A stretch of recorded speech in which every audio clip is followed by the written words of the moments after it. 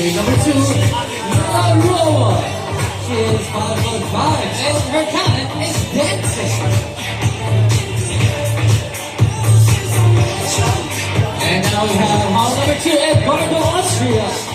He stands 5'8", and his talent is spoken poetry.